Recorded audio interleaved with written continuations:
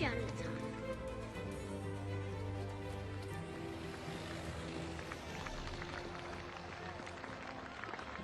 Welcome back to the Enjoy the Walk podcast quarantine edition, brought to you by your host Dalton and Dante. As always, guys, thank you for joining us again this week. Hope you guys are staying happy, healthy, and a little bit busy wherever you're at in these crazy times. Dante, we got some simulator golf to talk about, don't we?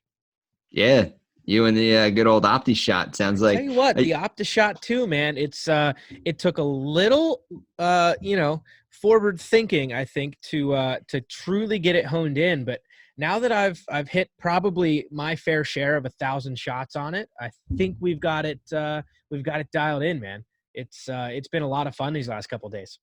Yeah, it looks like it. I was seeing the post that you put up. It seems like you have a nice setup. Got very lucky with the apartment I'm at right now. 10-foot ceilings.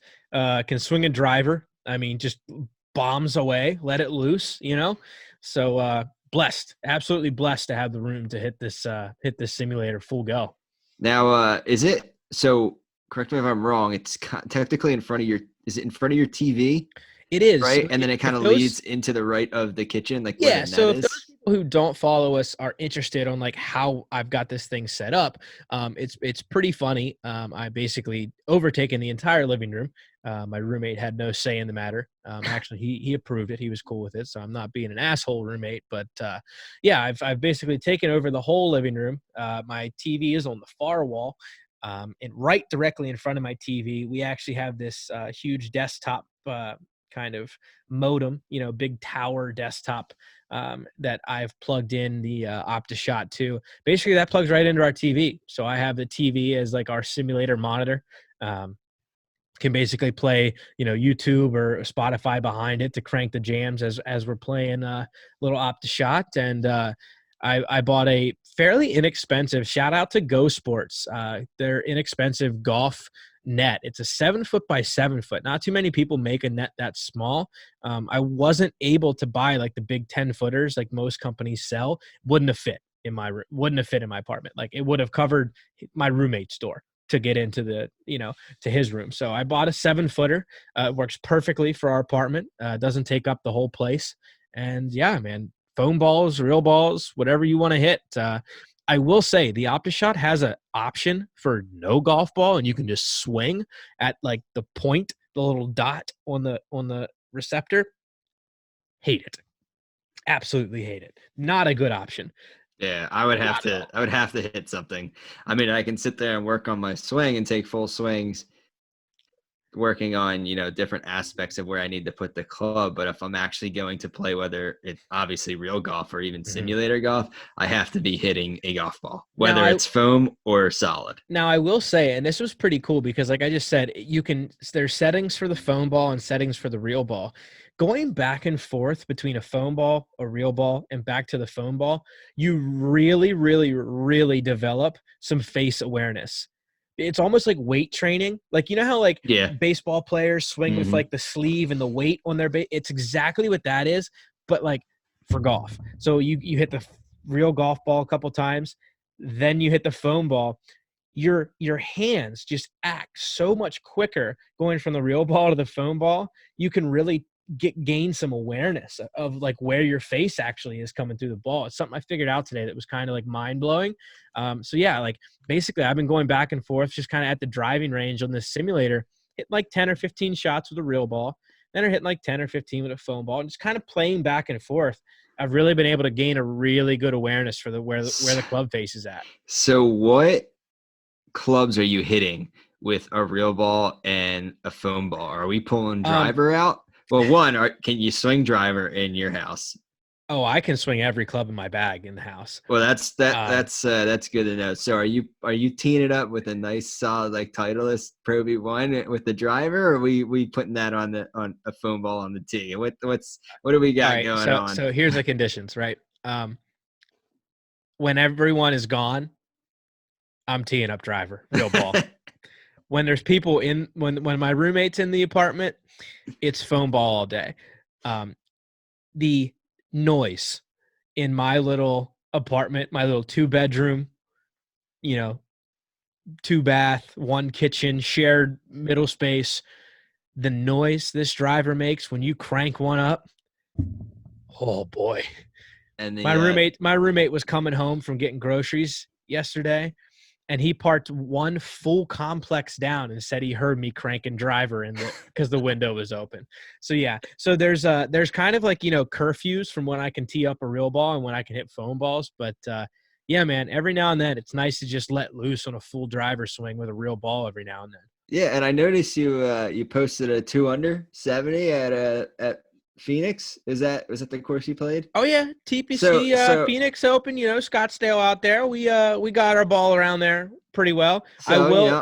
know, I may sound like I'm busting balls, but I may not. Did you have auto putt on? So here's the deal with the OptiShot putting system. I took an 8 on my first hole, actually, on that round, and I shot 70 Wow. because the putting is weird. But Okay. hear me out. I was putting with a foam ball at first, right? And then I was like, wait a minute. I'm going to switch the settings to real ball for the putting and actually hit like a real ball. The minute I switched to using a real ball in the OptiShot, and it tells you how much feet you have. It kind of gives you like the Tiger Woods PGA like green reading. You can kind of see where Yeah, the yeah, slope is and everything, yeah. So you can adjust and like hit putts. Boy, I tell you what, when I switched to the real ball when like on the greens, it was night and day. It was actually like realistic. Now I did have 10 feet and in was gimmies, but it wasn't automatic one putt gimmies. I hit a shot to 5 feet. It told me I two putted. Oh, so it told you. Oh So yeah, you don't have an option of just like one putt. I mean, you do, I guess, but I didn't want to set it up that way because I didn't think it was like so fair. And then all of a sudden, mhm, they just let me three jack from 5 feet. I'm like, whoa, whoa, whoa. that's funny. So when I played in a simulator league over the winter last year, the guy kind of basically said, "Yeah, we're doing auto putt, but it's kind of an honor system." So he wrote down between X amount of feet was the given putts that you would take. So I think if it was like inside in between 7 and 10 feet inside that, you got a one putt. And if it was 10.1 and to so and so, it was two putts. And then I think it was like 30 feet, I don't know, and so on. It was three putts, and then that was the most. So he kind of did that because I know simulator golf can be very finicky when it comes to putting, but it Mhm. seems as if the putting on the Optus shot is pretty good once you figured out the Well, kinks that's and, it. and and that's the thing like we've said about simulator golf is you're playing golf, you're still being able to get that swing in, you're being able to still play golf, but you still have to figure out the video game aspect of it, Yeah. and that's what kind of takes away Well, from the and hear actual. me out here. Hear me out. What are the rest of the flight track simulators? What are they starting at? Skytrack is probably one of your cheaper options at $2,000, along with your Mevo. And like this is actual like I systems you can think play courses on. You know what I'm saying? Not just like stuff you can get flight track information from. Obviously, the Mevo Mini or whatever can give you all of your like ball information, your club speed, this, that, and the other thing. But like I'm talking systems that you can actually play golf courses we on. talking TrackMan, we're talking Foresight. You're talking Skytrack, probably being the second cheapest option. Guys, drum roll, please. Right? Like drum roll for the OptiShot, $300.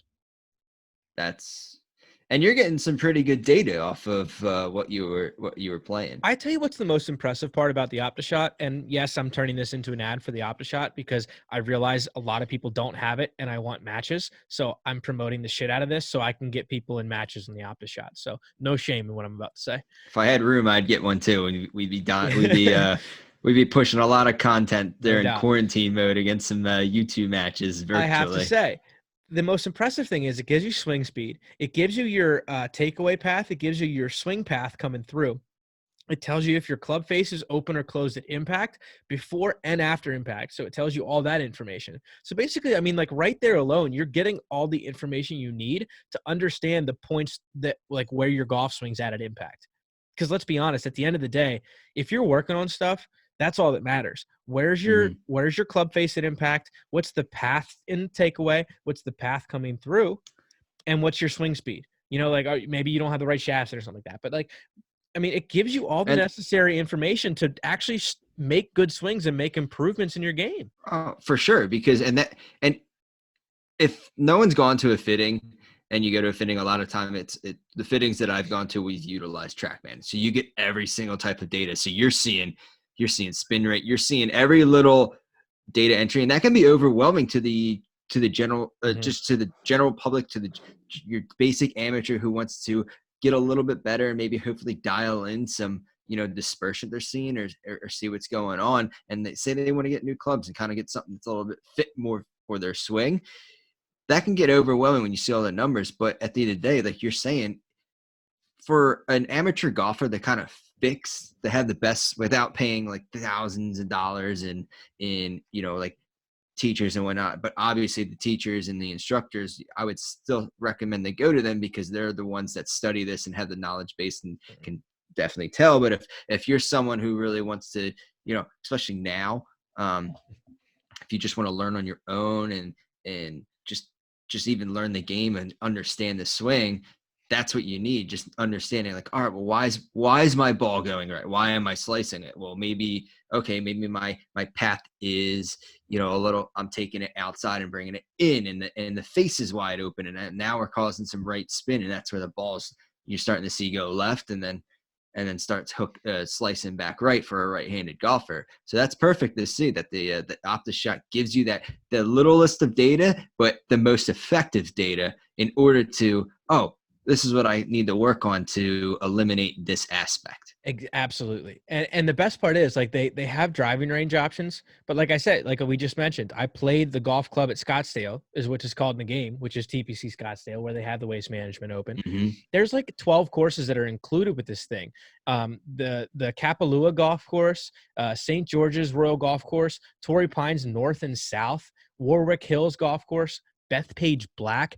Let me just tell you, after that round that I shot 70 at TPC Scottsdale, I was feeling pretty damn good about myself. So I was like, let's take on the black, right? Dude, I think 9 over after 9 holes. I was all over the place. I shut it down. I absolutely shut it down. But then there's course. It was bad, dude. And that's what's great. You can just turn it off like a video game if you're playing some high-end course instead of spending, hundreds of dollars when you're there and you're like, crap, I have to struggle through this. Oh, it was bad. But I mean, like other courses out in the Palm Springs area, Bighorn, both courses from Bighorn are out there.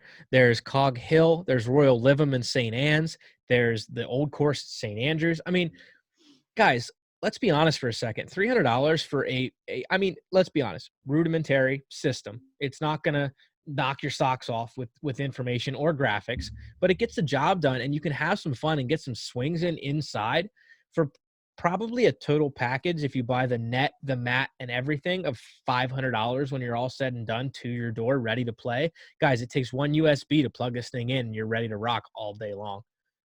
And you just plug that in. You just plug that into.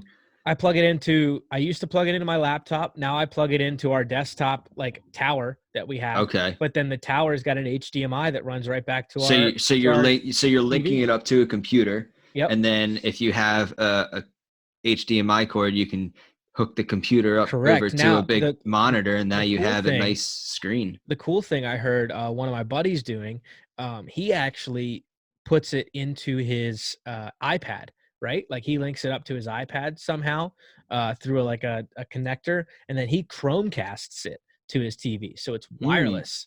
Nice. So it's playing on his iPad, but it's also playing on his TV. Eliminate the cords. Yeah, so there's no cords there. So I mean, there's so many cool options, and obviously there's upgrade packages to where they call it like the mini tour package and the pro and the PGA package. The PGA package comes with some killer courses.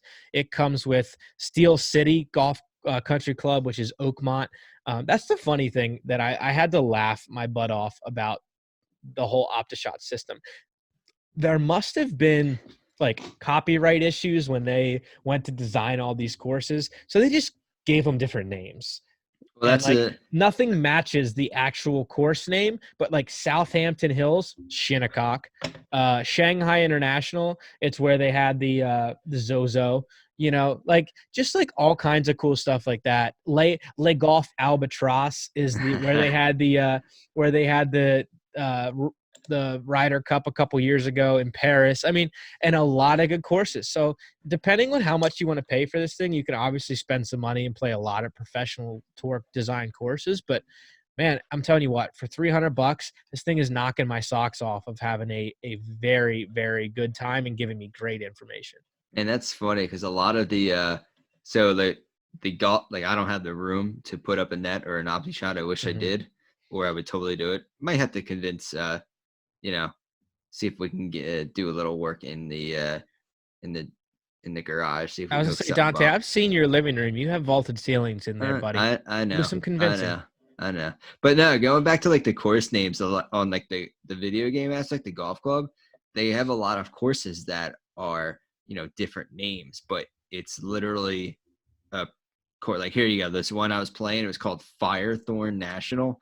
It was literally Augusta to the T. I mean to the T and everything. And that's all you need. I mean, you're basically playing golf. Even if it's like a made up course, it's like just a decent course that's, it's got par fives, par fours, par threes, playing maybe 6,800 yards or whatever. You had something like, I don't know, whatever. You're basically, you have the ability right now because it's quarantine season. So you have that ability to still play golf, to still be able to get the swings and not many people, those that are in the states that don't, the governor shut down the golf courses. I mean, you're in one of them. You still have the ability to play golf. You still have the ability to Mhm. take your bag out and go through putter all the way up the driver, which is great. So, I mean, you don't need much. And right now you have the perfect, you have the room, you have the space. Well, you made the space and you have the ability to play golf, and that's great. And as golfers, like we're going nuts right now that Oh, those there's don't no doubt have it. I about it. mean, we talked about I found an area, a little grassy area in front of my neighborhood. The most I'm taking so far, I haven't done it yet, is probably 100 yards. That's all I'm taking. Like Hmm. I'm pulling 3 wedges out of my bag. I'm riding my bike up to the front of the neighborhood and dropping some balls and just kind of playing, hit and chase and then repeat. I mean, you have it all there, which is great. So It if boils anybody can down hesitate, to the right now, how bad do you wanna play? Because the opportunity's out there to play, I think, right now, and, not full on play, obviously, because our just courses are shut down, but to swing and to just mhm. get reps in. I mean, it's out there for the taking, and, yeah, I've been having a lot of fun with it. That's awesome, and it's a perfect time to get better too. You're not because usually practice is fun. I like to work on my game, but half the times I like to work on Mhm, my game is like mhm. I'm on the course. I'll go out and play a round of 18 and come back to the bar, and shoot with the guys, grab a beer, grab some lunch, and then telling myself, oh man, I need to go out and work on this. What am I doing? My takeaway, or what did I see out in the course today that, let me go work on? And then people are like, yeah, you want to go play another 18 more? Oh, absolutely. Yeah. Easy answer. Hell yeah. Now you really can't do that.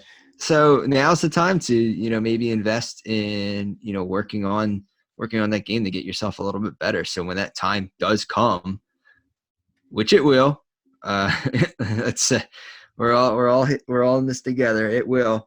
Yeah, Um, there's no doubt about it. you can get I back think out there, and then you may even. And you ever had that time where some people they only play during golf season during like the peak season, like April to maybe mid-September, and then they lock it down and they come back, and then that first round they come out, they shoot the best round of their life because they put it away. That could me. be you. Yeah, that could be you. I mean, but you could be practicing all this time and go out and shoot the round of your life at the mid beginning of the season. Yeah, there's no doubt about it. We just got to keep moving, keep our bodies moving, get out and just walk around if you want to stay, some sort of busy, we aren't forbidden from going outside and at least enjoying No, some fresh air. So get out there, guys, whether it's enjoying the walk on the golf course, if your courses are still open, or if it's enjoying the walk just around your neighborhood, just get out, enjoy the fresh air, and do whatever it takes to put a smile on your face, because that's what matters right now. And I hope our next interview can do that for you guys as well. We have a pretty special interview with a kid in the industry that's kind of just breaking ground in his brand, but already turning some heads in what he's doing in the golf bag industry. So can't wait to get into Tyler McDaniels and his Tyler's golf bag, his product and how he got to turning out golf bags the way he's doing right now. So, but before we go, before we get into that, I need to just talk about the game of golf, the game of life that we've always talked about. We've heard it time and time again on all of our podcasts, how golf is so similar to life. And I think that conversation is being tested, and in both ways. It's being tested of like, yes, golf is so considerate to life because it's tough. It tests us. It tests our will to press forward. It tests us as humans to say, like, all right, how are you going to deal with adversity? And I think now more than ever, we're truly dealing with adversity in all aspects of life, every single one of us. In some way, shape, or form, we know someone who's truly being affected by what's going on in our world right now. And we're just doing our best as Enjoy the Walk to give back the way we know how. And that's through the game of golf, the game of life, t-shirts, stickers, and hats that we have up on our website. 100% of the profits from that, guys, go back to the folks in the industry here in Maryland and New Jersey that have been completely shut down. These guys on the, pretty much flip of a switch went from probably getting ready for one of their busiest seasons to date to all of a sudden not having jobs. It's affected our golf industry, and we really hope to just be able to, with our brand, be able to give back. And we've done a good bit of sales already, and we just thank you guys so much for supporting this movement, and we can't wait to give back to that industry. So check on our website, www.enjoythewalk.store. Any and all purchases would truly, truly mean so much to not only us, but to those in the golf industry that are hurting right now, in these times. And like Dante said, we just, we're in this together. We all want to help each other and support each other in every way possible. So that's how we're doing it. And we hope you guys can support. So it means a lot. And without further ado, we'll get into our interview with Tyler from Tyler's Golf Bags.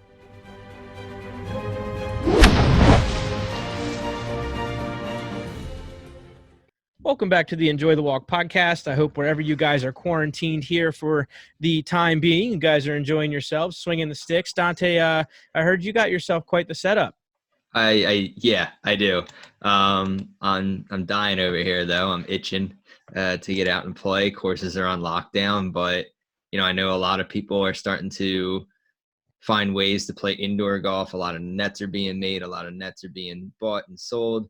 I don't have the room to do that. However, my neighborhood actually has this pretty much grassy area lot, which is about maybe 100 yards. So I've been just dialing in 50 yards, 70 yards, and 100-yard shots, just riding my bike up to the I feel like a kid again from in high school, dude. I mean, legit, I wake up, I eat breakfast, I go back to my room, I'll like watch like Netflix and play video games, and then I'll go downstairs, eat lunch, and then I'll grab a couple wedges, I'll grab a bag of balls, and I'll grab my bike because I don't really feel like driving up there. I said, well, I need to get some type of exercise now because they're just sitting inside the house all day. Dude, so I ride my bike up there, and then I was like, what's going on? The times are weird. I have a simulator that I'm kind of rocking on right now, and it's like it's like I feel like a kid. I'm playing a video game all day long, but it's just it's a golf video game. But some states are a little luckier than we are as far as being open. Virginia has some golf going on, Delaware to in-state residents, and a lot of them are encouraging walking. So, we thought what better guest to have on the show during a time that walking the golf course seems like the best, if not the only scenario to get golf in. So joining us today is Tyler McDaniel from Tyler's Golf Bags, and he's pretty much flipping the industry upside down on how a walking golf bag looks, how it performs, and how it gets to you and your personal specifications. So Tyler, thanks for joining us, man. How's everything out in California? Awesome, man. How's it going? Thanks for having me. Yeah. Holding on just like the rest of us, trying to figure it out, getting forward, what's going to happen. But we got walking bags, and that could be something that's very prominent pretty soon. So yeah, I'll get into that. For sure, man. No, there's definitely something to be said about the way you're doing bags. And like you said, I'm sure we'll get into it here in a little bit. But, first you got to tell us, was golf love at first sight for you? Or did you end up playing different sports as a kid? Or how did you get introduced to the game? This is funny, actually. Both my parents worked in golf, still do a lot. My mom actually coaches at UC Berkeley. She started the women's program there 20 some years ago. And my dad's always worked at a country club for about 20 some years. So I was around it, grew up, in the pro shop, got to play at the course he worked at all day. It was awesome. Obviously my mom being around it, I was the 9-week-old kid at tournaments, and there's those stories and stuff. But yeah, it was that. So I was always close, and then our family friends would inevitably be golfers. So it was fun to grew up with it like that. So yeah, I guess you could kind of say I was forced into it. I was going to say, now I got to cut you off real quick. Most people say, I picked up a club around like 5 or 7. You just uttered 9 months. You were a 9-month-old baby hanging around the golf course as your mom was coaching. There's pictures. I don't have them on hand, but I can get them if you want to believe it. That's cool, man. No, that's awesome. And so there's something to be said about it being in your bloodline, which is awesome. And there's tried and true golf nut standing in front of us for sure. That's right. But from there, it was always growing up. I always wanted to play everything. And then it got to about 6th grade. My buddy, I noticed my buddy was starting to walk down the hill after school every day. I'm like, dude, where are you going? He's, I'm going to the course, man. Like, oh, I can go to the course. Like, so, and then every day literally just became a thing. Walk down to the course, play your 9, do whatever you do as a 6th, 7th grade golf nut. I mean, we've all, some of us have been there, maybe some picked it up later, but it's fun and it's super exhilarating at that time. But then of course, and I was always into other stuff, basketball, soccer, played a bunch of that, played everything really, but basketball, soccer, I would say, ran cross country. I was into that. So say I played a lot, but then by the time I got to 12, 13, I was like, all right, I'm going to start really playing golf, because you start hitting it further. And I don't know, I had a good situation and I realized that. So kept playing golf, and that was that. That's awesome. No, it's funny because we always hear from time to time, like, every person has a different story of how they got into the game, and how whether it's, picking it up later in life after college, or, getting serious about it early. It's always fun from our perspective to kind of see when people get into it. And, I know you played a little bit of college golf, and it seems like, those that end up playing college golf tend to pick it up earlier than most, and kind of get into the game a little early. So, walk us through a little bit of your college experience. Where did you first, start going to school, and then where did you end up ultimately playing a majority of your college golf and still play a little bit to this day? That's right. So actually, first year out of high school, I went to Washington State for a year, and that was actually good. Loved the school, had a good time, but it was and I didn't play golf there. I was meant to have a tryout, and I had other ideas in mind. So I didn't go to the tryout, did a year there, realized that I wanted to be around golf. So I came home from Washington State to Chabot College, local, played a year at Chabot College. Love Chabot College. The program's no longer, but awesome. The coach, Zach Papachristos, Bay Area legend for sure. He ran the team for a while, but went there for a year, and then actually went a year and lived overseas after that in New Zealand, just because I was at home and I was tired of being at home. So I just did that. That was a good experience. And then came back, lived with my cousins in Temecula, where then I played last year, 2 years ago, for Mount San Jacinto College, another junior college there. Practiced there out at Saboba Springs, which is out in San Jacinto area. Cool course. Had a good time playing with them. And then my cousins knew the athletic director at Vanguard, who said, oh, your cousin doesn't have, I didn't know if I was going to go back to school or what. And then he says, hey, we're starting a golf team and we're looking for people. So I said, okay, that sounds cool. It's in Orange County. It's near the beach, all that stuff. I can play golf. I can graduate in 2 more years. And so did all that, and then played, had a great time playing there. And then obviously I'd be graduating this spring, but everything went to heck. So yeah, that's kind of my golf story. Changed a little bit. Yeah, no, right. I want to jump back into a little bit too. That time you took off to go to New Zealand, were you able to take the sticks with you? And if you were, or if you weren't, talk us through New Zealand a little bit. Okay. Yeah. So I honestly went there. I was just I was in a weird place. I just like didn't really want to go to school and kind of needed some time. I loved living with my parents, but it was tough being 20 and living with your parents, and stuff was going on there. So I said, let's take a year off, figure out what I'm going to do. So I had one contact in New Zealand and was supposed to get a job through him and his buddy. But then something tragic actually happened to the guy that I had a job lined up with. So then I just knew my dad's buddy, and and then I actually was at this bar, his local bar, and was just telling people, hey, I'm from California. I had a job. Could you help me out? So to kind of say it to the next guy. And then he was like, oh, take me to this guy named Keith, hilarious Kiwi guy. But he said, dude, all right, 7:30 tomorrow morning, I'll pick you up and we'll go to the construction site down the road in St. Heliers. And so I somehow got a job in doing construction. It was this stern South African guy I'll never forget him.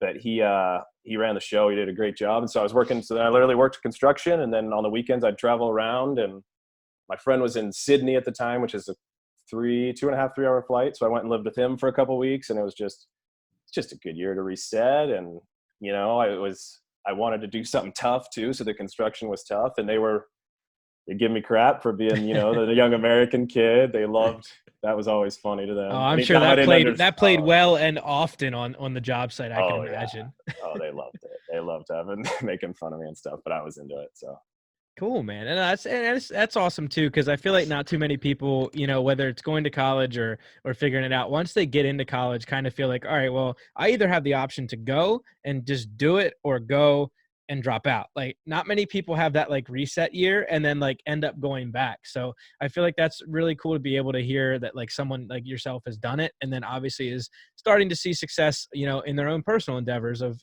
starting a business and like you have. And now Vanguard was an NAIA school. Was any of your previous colleges, obviously you said Washington State, which was NCAA. Was there any major differences between the NAIA and the NCAA as far as like play or competitiveness? it's definitely one step below. I also grew up watching, UC Berkeley, my mom's team. They're up and after it. Those girls work really hard and they're playing a lot of golf. And I love golf, but it was just for me, I've found recently to keep it perfect, keep the happiness with it. It's better that I play a lot, but not a lot, if you know what I mean, Oh yeah. But I need a lot. I just was finding that medium, but go for it. It's a lot where it turns into the job. When it becomes a job rather 100%. Than the enjoyment, then it's too much. Dante, you took the words right out of my mouth. I played at the D3 level, and obviously we were a little bit more laxed. We were in a very same scenario when I stepped on campus. We were just starting a golf program. So it was kind of like getting the feels for it, not really like knowing, okay, how our practice is structured.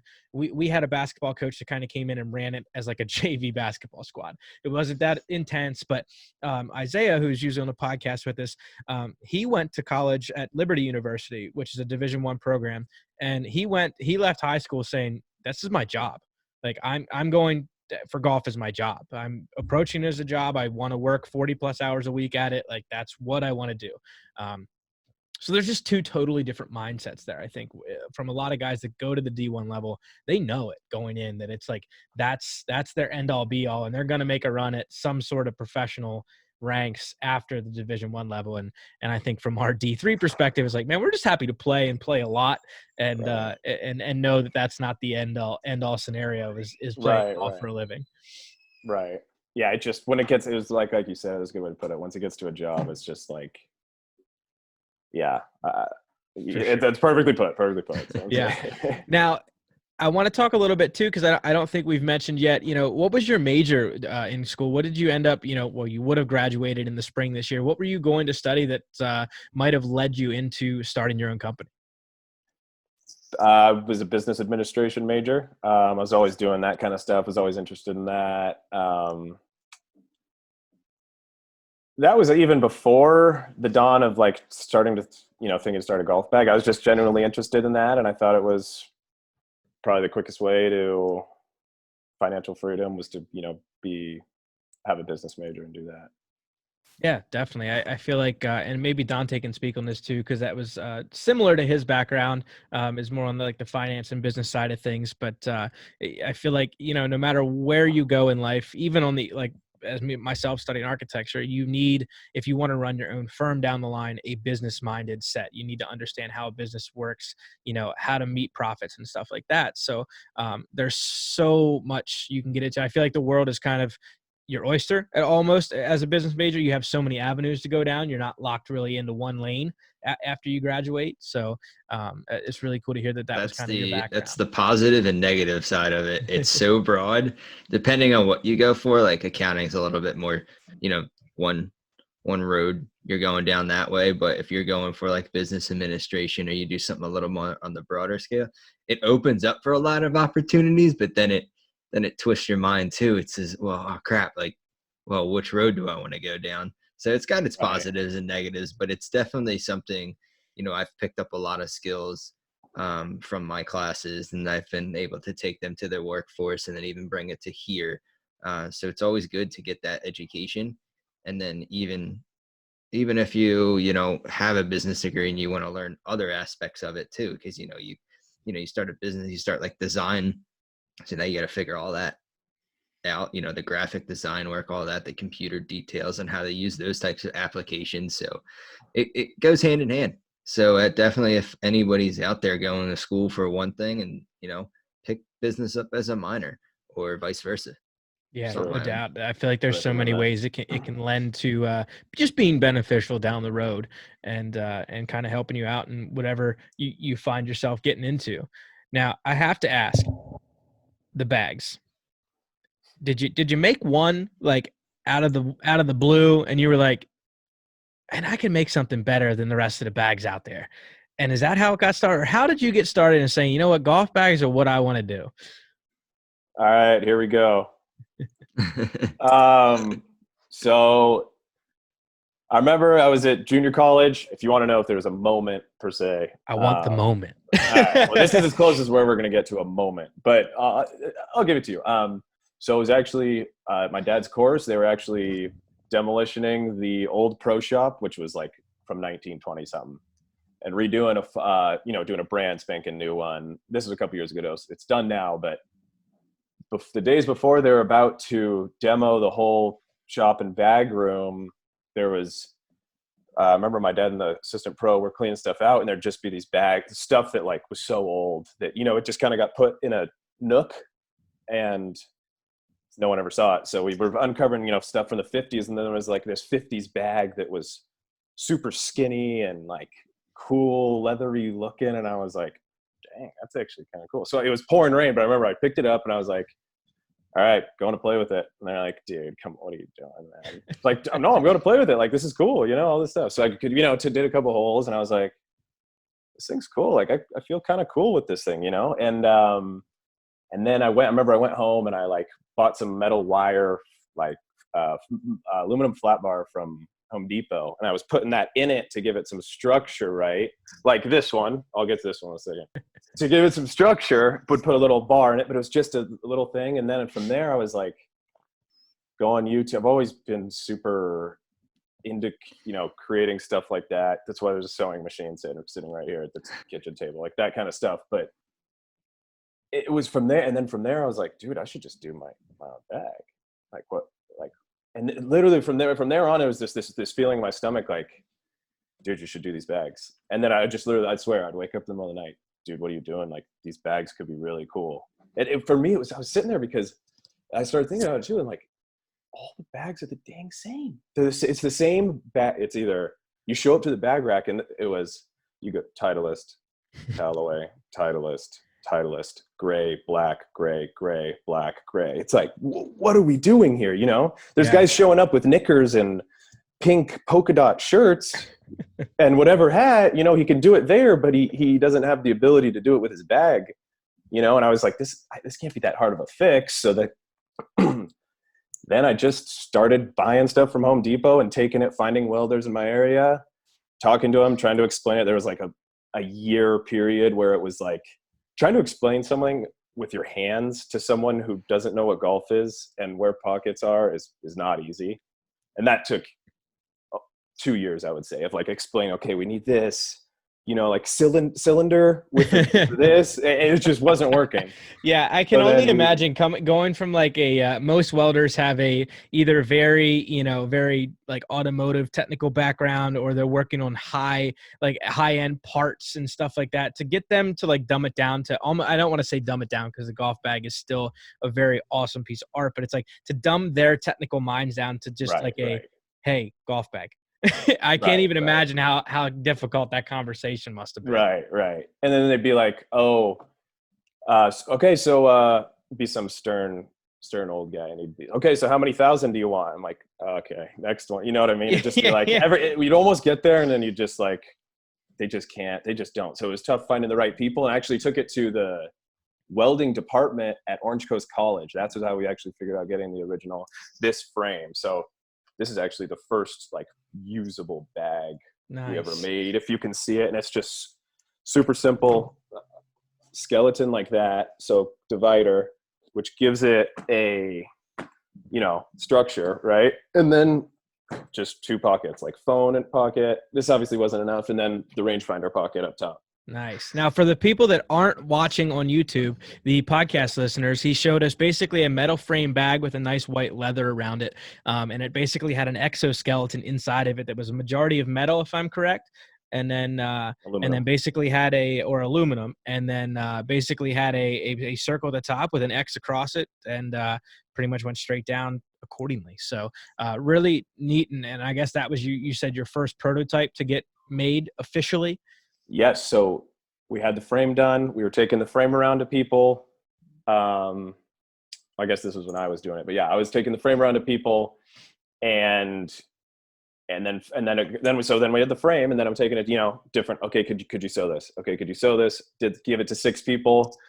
This one was the best. Then we were rolling with these for the, and then I was doing it, and then I was saying, man, like, people think your bag is cool. Can we do 10 more? And then that worked a couple of times, and then stuff just ended up not working with him.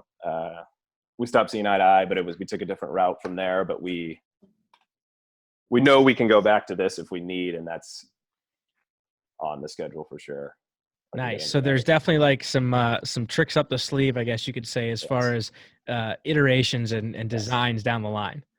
Yes. Technology and like just making it more like giving it as much utility as possible is something that I don't think anyone's really thinking about. I think I'm one of few people that are losing sleep over utility of a golf bag. I can guarantee you, I know they're not. Just kind of being around golf for as long as I have, and now granted, people might laugh at that. I'm only 25 years old, so I've been around it for close to 20 years though. I've started since I was 5, but when you look at the actual necessities of the pocket, it's like, okay, well, you have gloves, you have some balls, you have obviously the rangefinder, and newly the phone. It's like, what is this little plush valuables pocket really doing anymore? And it's changing with the times, and it's like anything else. If you look at it, anything that was designed back in like the early 90s is probably not sufficient for what we do and what we need now. And I think that's where a lot of the the bag that you make, and even just a lot of the Sunday carries kind of fit the bill nowadays. Now I would love for you to walk us through maybe kind of what you're at now, how the bag that you currently have is really structured, and what all goes into the design around the bag currently. Okay. So then what happened from there is we were doing these, and then it stopped, and we were looking for sewing machines or like some way to go that route. Then I actually found this guy online who's doing them now, where we have the ability to, these are the ones you're all seeing, which are any design, any fabric, you name it, we do it. You know what I mean? And that was really, whoa for a lot of people, and I still don't think we've done a great job portraying, because a lot of people will message, email or message and say, so how exactly can I send my own, and I haven't done a perfect job explaining it, but what I say to people is, you can go take a selfie like that. We'll put it on a golf bag the next day. It's cool that we figured out how to get the patterns, print the patterns, put them on the bag. So I think that's a really cool concept that we're doing now, and definitely something no one else is doing. 100%. And I think the best way to describe it too, which a lot of people don't know, like when we first started doing, material and some merchandise too, the word sublimation to me just was completely foreign, and Dante had to explain it to me. Um, Love it. My and yeah, favorite. Dante, explain it to the listeners now, because I think a lot of people still get maybe hung Good up on one. that description because Yeah. they just don't know what it So, means. and Tyler, I mean, you're even more expert on it because you get it done. But from when I worked in a lacrosse store, a lot of the jerseys eventually went from, you know, it almost kind of looked like a football jersey. It just had like little hole nets and then just colored fabric, and then you could just press a number on it. When you go into sublimation, it's cool because you can put any type of design on it. You can do any type of color or whatsoever. So what sublimation is, it's basically a white piece of cloth fabric or whatever, and then you have like whatever design that you want. So say you want, so I'm looking at my desk here. We have, the Enjoy the Walk shield, the ETW shield, the blue and shield. So say we want that on it and like just printed, just like all over the place, like 1,000 times. And in that color, you can go get that print, and then you can just get that fabric or that white. It's like usually printed on white, and then you just get that thing printed on there, and it comes in almost like it's infused into the product, whether it's not necessarily pressed onto. And that's like when you get like a lot of cheap $10 t-shirts or whatever, they usually hand press them on, so it gets pressed on top of the fabric. And that's where sometimes when you buy certain t-shirts and like say you go to concerts or whatnot, you get those $15 tees, and then you use them all the time, and then throughout years they start peeling off. With a sublimated product, you'll never see that. And it's like nice and soft material. That's from my aspect of from like lacrosse. So you can do all types of designs. You can do anything you want with it, and that basically that logo or whatever you printed on there will stay that way for ever. And you have endless possibilities of what you can necessarily do with what you want printed on your fabric or shirt or bag or whatever you want. The best way that you described it to me, like when we first got it done, was basically like you're essentially weaving the print like into whatever material that you're using. And I think that's like stands, so far above the rest of these bags that are out there. Cause like you said, it's like you just have these like monotone, like gray, blue, black, maybe a red if you get some patriotic bags out there. But it's like you're not seeing like full on printed patterns, printed logos, anything. And I think that's where like the opportunity is just kind of endless, like you said. Yeah, it's I love anytime you get, if I'm want to get something, I want to get something sublimated because it just looks so clean. It does. just looks pure, and it comes out really good, very detailed. You're not it's not like folded, it's not smudged, or if you're trying to get like, say you have a design where you have like a real fine line that's really tiny, that sublimating will be able to pinpoint that, rather than some, if you're actually like sewing it in there, it might be difficult for you to actually get like that needle pinpointing that actual like one line of the logo. So it just opens up for more opportunity, and it just overall it just looks cleaner. Yes. So then with that being said, like nobody else is really out there doing it, I don't think. And that begs the question, like, why take on such a massive industry? I guess it is our like kind of, look on it. Like, you have, like you said, the Titleists, the Callaways, the Pings, the Ping has had a staple in the bag industry forever with the Ping hoofer. And the most collegiate bags to this day are all Ping hoofers or something like the Ping collegiate bag. Obviously, not your bags are Sunday carry, so they don't have the stands on it, but still, like, why take on such a big industry and think that like there's room for you pretty much? I would say because where golf is right now is getting to a place where the vintage, the classic, is now really making a return. That just started 2 years ago and is now really, really popular, I would say. I kind of saw, to be honest, I kind of saw that coming a little bit, where that old school stuff like the rope hats started to become cool. And I noted stuff like that. What else? Seamus Golf started to be cool. Stuff like that. I was like, okay, so Nike was always like super progressive, super athlete, modern athlete. But then they kind of started losing steam in golf. They were huge probably 8-10 years ago. before the club stopped, I feel like they were running it. Absolutely. And then the style now has changed. And then I got online and saw there's a bunch of people like you who are doing these classic like golf, and all the guys, a bunch of the accounts that I interact with now, kind of, similar to Seamus and Jones and Mackenzie, stuff like that. And then there's obviously the small brands, but I saw that and I was initially really inspired by Seamus, but then I also thought, wow, I think we could do Seamus, but I think we could do more. I think there's even more to be innovated here, because I love what Seamus does, and but I thought that we could add even more. We could even bring modern into play, because like the classic, they're like uber classic, them, Mackenzie and Jones, uber classic, but they're not modern. And I think we're like clashing the two pretty hard, which I think that the golfers are ready for right now. I think they're ready for that modern and technological fix to it. I would totally agree. I think there's, just looking at some of the prints, people that don't follow you yet, please, for the love of God, go follow him at Tyler Golf Bags on Instagram. Yeah, I mean, some of these prints are just absolutely incredible. They're like flower prints. I'm looking at some azaleas here with, the pinks, the whitish pinks, the greens. They pop off of your golf bags. And it's like, you don't, like you said, it's like you don't get that with like a Seamus or a Mackenzie or a Jones, because they're so branded in that classical style that they're not going to break that to put this crazy floral, almost like, now granted, this is in no disrespect, but almost like your great grandmother's couch from like 1925. It's like those kind of crazy prints, and it's like, that's awesome, man. And it's like, that's I think that's perfectly good description, is that's where the niche is. And I think that's where the outstanding of opportunity is. And I'll have to agree. I think it's sick because golf, I don't think many people like to state it, but it is also a fashion statement at times.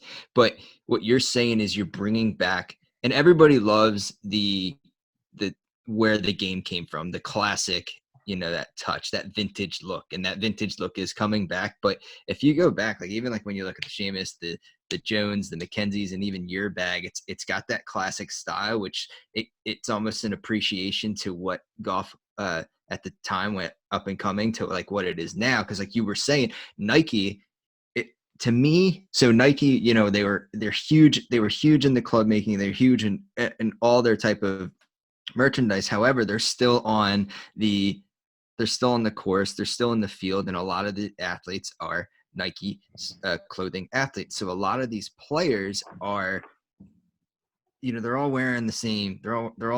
Look how many Nike athletes are out there on the course that are represented by Nike. They all look the same. And that's not what golf is. Golf is a very unique, individualized game. So you have, not only do you have you as a person, you have what, like, your swing's different. Everybody's swing's different, and even like what you represent. So, even like the clothing that you wear represents who you are as a person. So the personality on the game also will represent, your playability on the game. And it seems like Nike can kind of take away from that.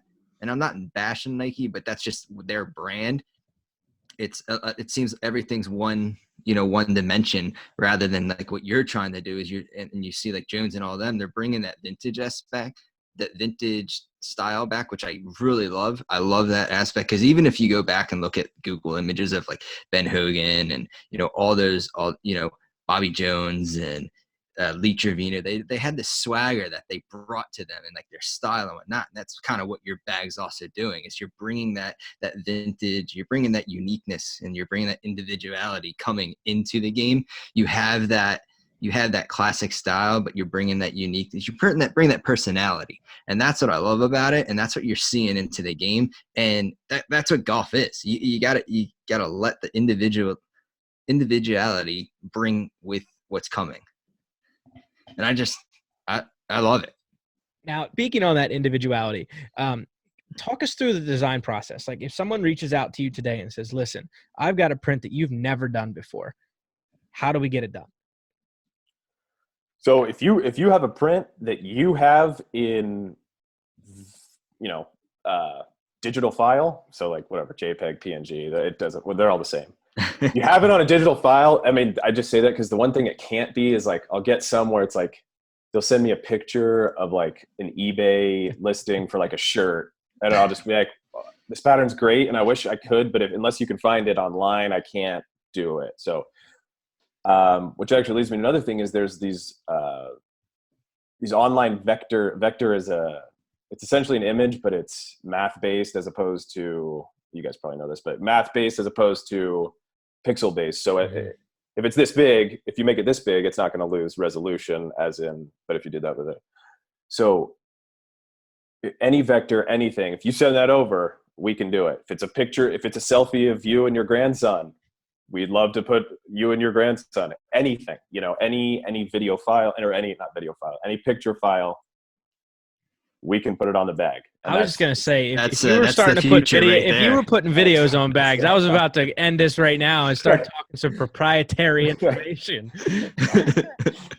That's awesome. But no, and that's really cool to know that just like, you know, the world's, you know, everything is available. There's no limit pretty much. Cause like, you know, you see so many, when people just go, it just goes back to the conversation. Like when people go to the store for bags or even order on most chain retailers, there's limits. There's 4 colors maybe, and that's it. And, you know, I think that's what's so strong about the opportunity with your bags. Just like there's so many cool options and, and just ways to go about it. I mean, you know, you've done some proofs for us in the past too. And, you know, it's not only just the print on the bag, the accessories as far as the strap, the pockets, everything can be customized all the way down to, you know, the leather color on the top, middle, bottoms. I mean, everything is just able to be customized. And that's what kind of blew us away, was just like, all right, he's not just using like one leather and then putting different kinds of, you know, prints in between. It's top to bottom, and everything in between seems highly customizable.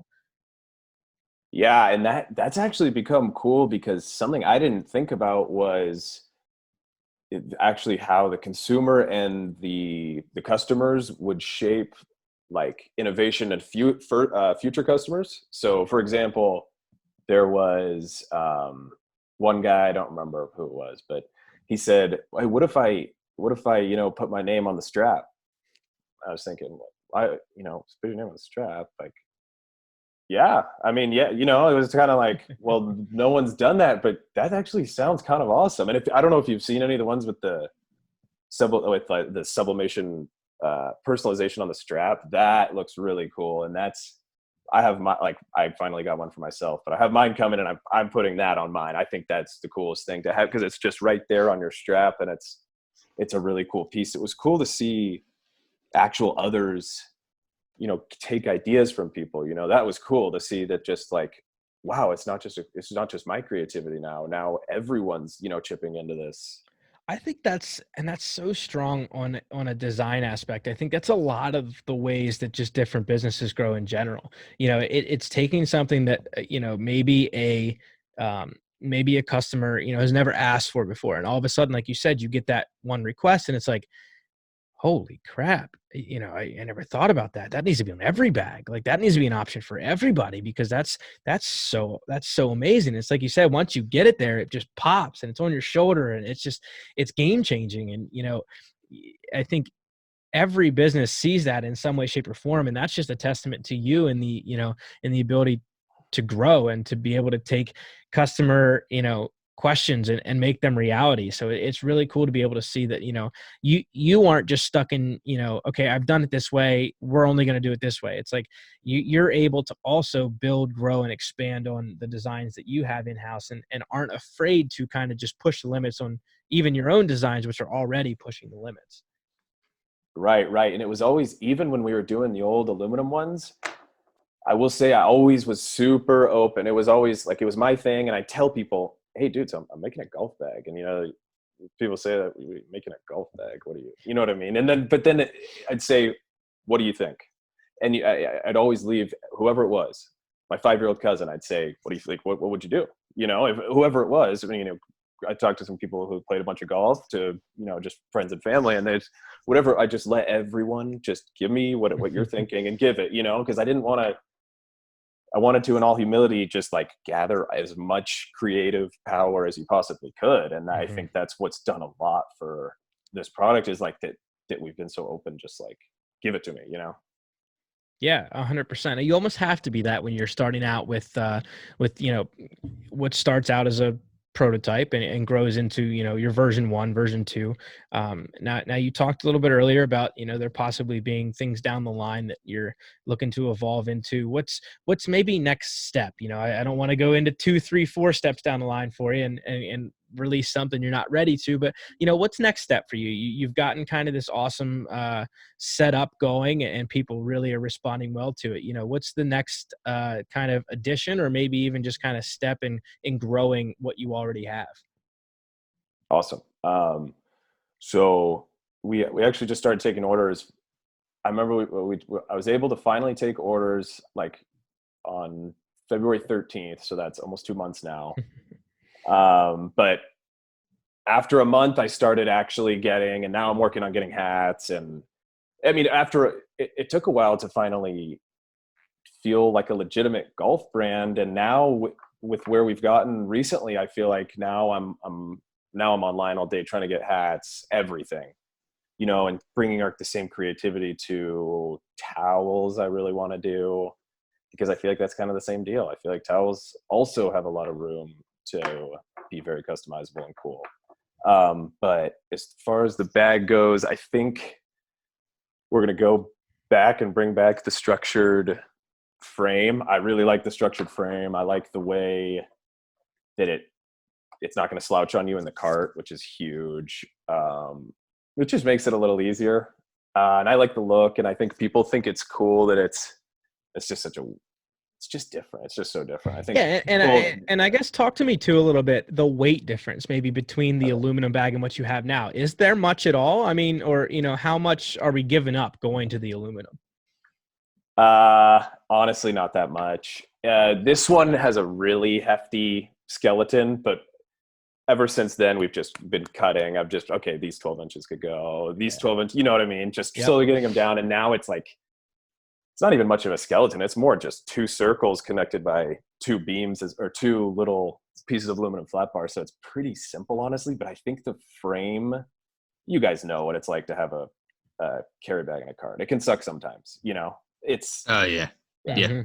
So that's something I don't, And for me as a player, obviously, you know, our brand and just me ever since I joined my golf course and they said, you know, walking, they're not going to charge you for walking, which is great. I know some courses do that, which I think is the most idiotic thing ever, but that's a different rabbit hole to go down. I won't even, but ever since I started, when I joined and then was like, let me ditch the cart and started walking. It was the biggest eye-opening thing and it just made golf that much better for me and more fun and more enjoyable. And just, it was just that missing piece. It didn't feel like, I didn't feel rushed or anything. I felt like I was out there. I could just enjoy my time and walk. However, I always struggled finding that bag. You know, I always, you know, I found this light bag. However, it was a carry bag and it folded down, you know, or I did this stand bag, but it was just too bulky for me, or the straps didn't. I didn't like the strap. There was always one little nuance of the bag. I'm very picky when it comes to bags, so that's just me. I don't know how other people are. So when it comes to bags, and when I walk, I want to be able to have everything that I need for a bag. You know, throw it up on the shoulder and go. Yet if I do have that, and I like the bags tiny, compact, small, so it's easier for me to walk when I carry. But if there's times where I want to hop in a cart and I want to strap it into the cart and then it flops, it's very annoying and frustrating. And it seems like that new skeleton that you have almost is that missing piece, just in case if, you know, I'm in an outing or something where I'm in a group where everybody's riding, you know, or I'm going out for a second round for 36. I'm a little beat up, you know, let me just enjoy this round and just throw the bag on there. That's something that that you're implementing and that you don't really see too often in these Sunday carry walking bags.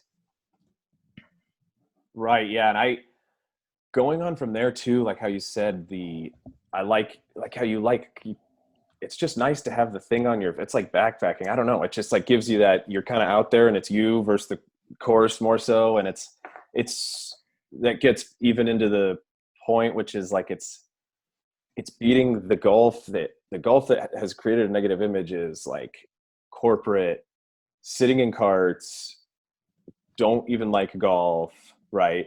Are there because they want to tell their other corporate friends that they played golf, at XYZ course. And it's like, that's kind of been going on for since the turn of the century, maybe, I don't know. But that golf has created such a negative image, but I feel like what we stand for is so far from that. And walking, three buddies playing because we're buddies and we want to go play golf and have a couple beers, I it's can just tell you right now, that vibe that we're like being a part of and trying to help grow, it seems like it's catching like wildfire right now. It seems like there's so many more people that are realizing that golf is not just that sport for, and it's all, it just backtracking real quick. It's been made that way, I think, in movies too, because they always portray the golfer to have to wear these funky uptight pants and, just these tight stuffy shirts with a collar, and you have to be this or that way. It's like, now we're bringing t-shirts and like vibing music and good, just all around like relaxed, kicked back vibes back to the golf course. And that's where the strong point is. And I think that's where we're just touching the surface, I think, in the ability for golf to grow and just boom here in the next decade. And another great thing, you hit a bad shot, you want to blow off some steam, walk it out. Walk it out. Yeah, I like it. That's another great thing, because let me tell you, I get pretty steamed out there, and I have some friends that I'm working on it. But no, if you hit like a bad shot, you have more time in between shots to just walk it out. And by the time you get to that, you get to your ball, you're not as, you're like, all right, I put that past me, put that behind me. It's moving on. I'm on to this shot now. And so it gives you a little bit more time, rather than, you're heated, you get in the cart, you're all flustered, and then the cart takes off and everything's just in a rush, and you just get aggravated. You get pissed off, throw that bag on your shoulder, you walk it out, you have your beer or whatever, drink in your hand, take a few sips, up to the next shot, you're shooting the shit with your buddies, boom, you're out playing golf. That's behind you. It's moving on. Yeah, I feel like there's definitely something too for me, especially with a carry bag. I will say, when it's the shot and it's okay, I've hit 160 in. Okay, hit the 9-iron. Okay, I'm not happy with it. Okay, I'm mad. Okay, we pick up. You know what I mean? You pick up the bag and go, and it's maybe you wait there for a second. Okay, I'm still mad. You know what I mean? I'm still frustrated. Okay, we're ready to go. You know what I mean? Yeah. And on to the next. And that 160 yards. Moment. Yeah, that 160 yards when you're walking it feels like an eternity. I'll always say I play way worse when I'm riding, just because I'm on top of my ball so quick. I have no time to think about it. Like, I even feel like when you're walking too, it just gives you that moment to say, all right, like, forget about the bad shot. And then like, as you're taking those 50, 60, 70 steps, however many steps to get to the next shot, you're thinking about, all right, well, how do I want to approach this next shot? It gives you that like extra, probably at least 2 to 3 minutes longer to think about, hey, how am I going to hit this shot? How do I, really want to play this shot? And it also gets you, I feel like when you're walking too, you have better idea of, the land underneath you to actually see how the ball's reacting to the shot ahead too. Because you're not just rolling up on it, jumping out of a cart and saying, well, what happened the last like 40 yards, 50 yards? Right. You understand the course better when you're walking. So, hence why we're the Enjoy the Walk podcast. I will stand on the last limb for carrying your clubs and walking the golf course, but that's neither here nor there. We will fight you to the end of time for that one. No doubt about it. Now, you've got to spend some time, obviously, being out in California. There's just a plethora of golf courses, and that could be a whole other podcast, just talking about how many golf courses are out there and which one's your favorite and this, that, and the other. But I want to focus in on Goat Hill Park and the time you got to spend there. Talk us through a little bit of your experience there. You got to take a little few photos there and hang out with some of the guys from Link Soul, I believe. Talk us through just your time there and how great Goat Hill Park is.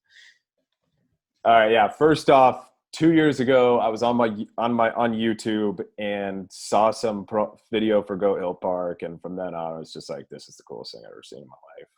How hard this stands for? What we were talking about? How hard this stands for that is just insane. But Amen. Yeah. it's awesome what they're doing. But yeah, so then what happened was I was doing the bags, and the first couple weeks I was doing them, I was just aggressively like messaging people and stuff, to be quite honest. Honestly, a lot of As you you have to. Yeah. yeah, a lot of people are probably listening to this. Yeah, that damn guy was stop DMing me. But anyways, Shut him up. this one of the guys said, "Hey, dude, come down and play Goat Hill Park on our Friday Skins game. We'd love to have you." So sweet. So showed up to Goat Hill Park, got there ready for the game, and then the guy Eli who runs it actually came up and he said, "Okay, so it's going to be you, Andrew, Tyler, and John Ashworth," and that was I was really surprised to be with him. You guys, I'm sure you guys are aware, Link Soul. Yeah, I mean, for those who maybe don't follow the game as closely as we do, we like to think our listeners have a good bead on the golf industry. But if you don't, please kindly hit pause and go check out John Ashworth real quick. You'll be surprised what he's had his hands in the mix in the golf industry the last 20, 30 years. Yeah, and so I thought it was weird that I did this whole thing with the golf bag, started it, and then like right into it, John Ashworth kind of just appears. I thought that was weird. I never really talked to him about it or anything, but it was just, I just thought it was a bit bizarre that that kind of all came together, and it's cool to talk to him and be around him. He's a really interesting guy. Although that's not really what he wants to talk about there. That's kind of their thing. Like we're talking about, they kind of have we play golf on Fridays at 3, Yeah. and he didn't want, I could tell that they didn't want me to show up and, talk numbers and all that kind of stuff. It's just such a cool, like, their time to play golf and be buddies, and, their community there is so cool. Yeah. And I feel like that's like Goat Hill is like the West Coast Winter Park 9, as far as just camaraderie, community, and, just being out there because you want to play golf and hang out with the guys, have a few beers, like you said, on a Friday afternoon, and just kind of kick back, unwind, and let business, be aside from everything and just enjoy the game for what it is. Something that I don't know if a lot of folks know about, but I think it's growing in popularity. The wishbone brawl that's out there, man. We actually, how I got introduced to having any kind of Link Soul product was last year when Jeff Ogilvy won the wishbone brawl via ace on the third playoff hole or whatever.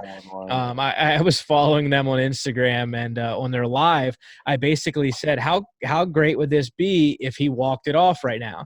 And someone on the other end of the live commented back, and they said, well, if that happens, who's your pick? And I said, oh, Jeff Ogilvy will do it.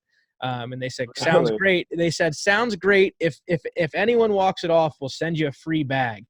And then freaking Jeff Ogilvy dunks it like 10 seconds after we made that agreement. So it was pretty cool. And I have to say, I do enjoy their Sunday carry as well, and have had many loops with it. And, awesome advocate for their brand as well out there, because they're kind of on the same, beat as we are. It's just that's what they're about. They're on the laid back side of the golf industry, and it's what we love to advocate for.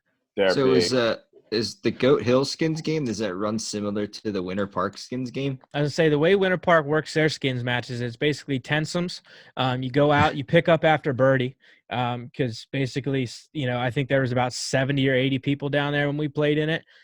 So basically, somebody through 80 people was making birdie at one of the holes. So basically, I think 2 eagles got skins throughout the whole 9. But that's how they ran their skins match. But it was a lot of fun, and it was just wondering if that's how Goat Hill runs their Friday afternoon skins matches.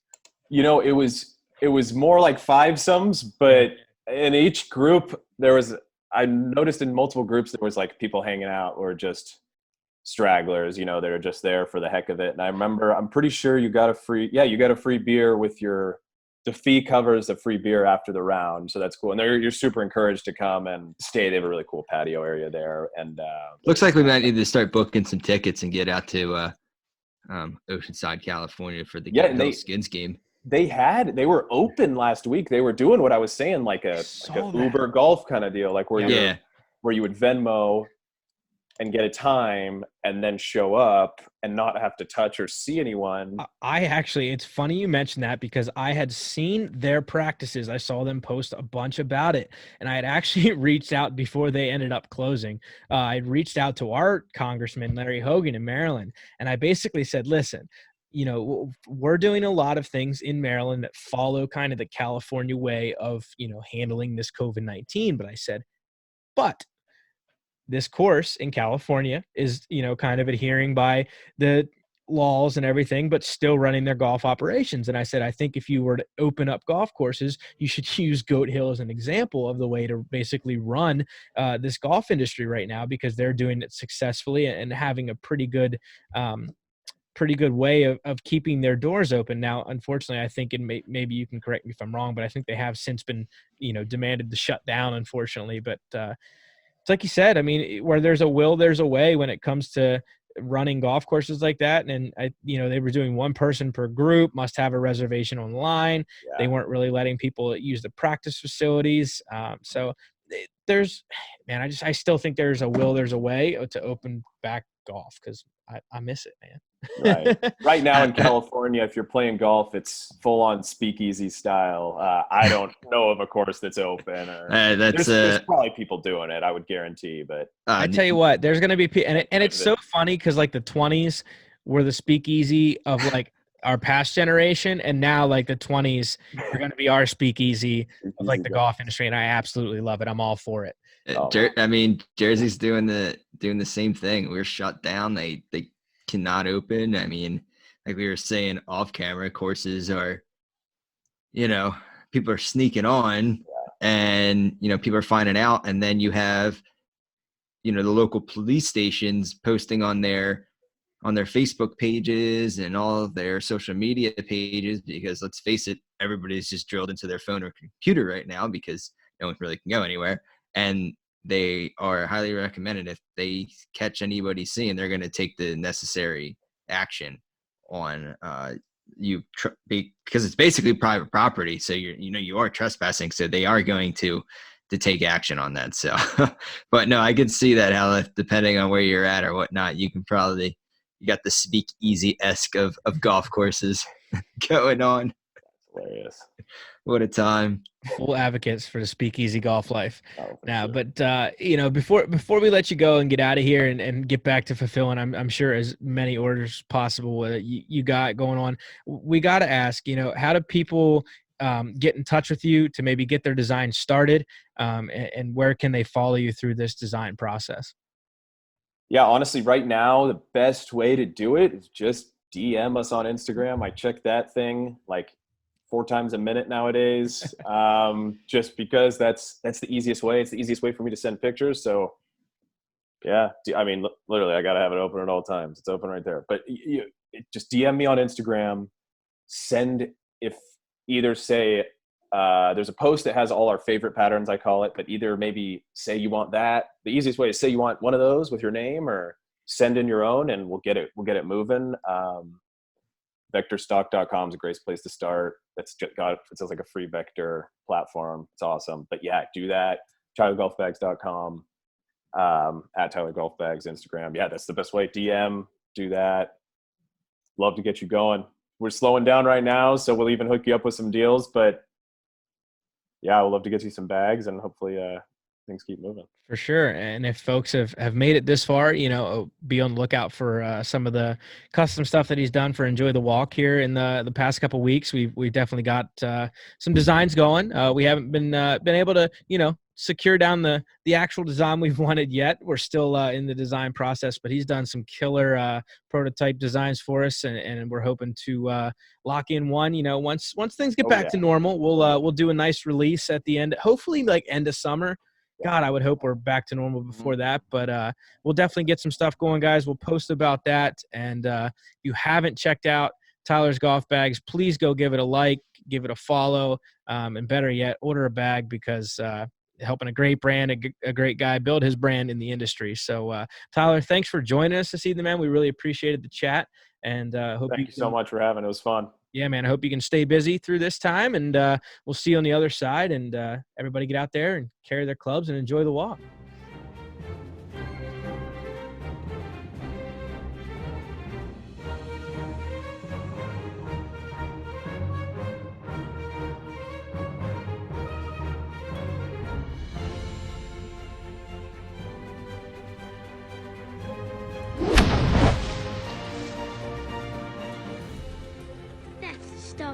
Shut it.